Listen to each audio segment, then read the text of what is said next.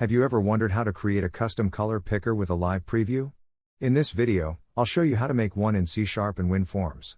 It's a quick and fun project, so let's get started. We're going to build a simple tool where users can select a color and see a live preview. We'll also display the RGB and HEX values of the selected color. I already created a small UI for our tool.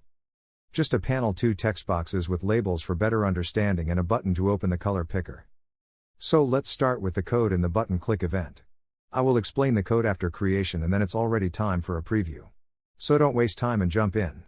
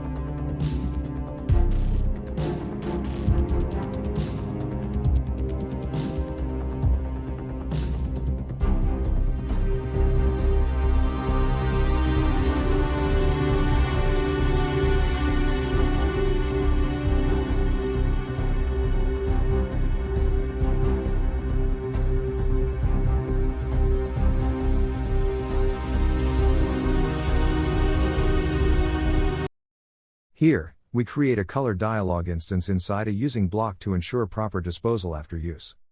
This opens the color picker dialog and checks if the user selected a color and clicked OK. If a color is selected, it's stored in the selected color variable. The background color of the preview panel is updated to the selected color. The RGB values of the selected color are extracted and displayed in the RGB text box. The hex value of the selected color is calculated and displayed in the hex text box. And that's it. You now have a fully functional color picker tool with a live preview. Add this to your projects or use it as a standalone tool. If you enjoyed this tutorial, make sure to like, share, and subscribe for more fun coding projects.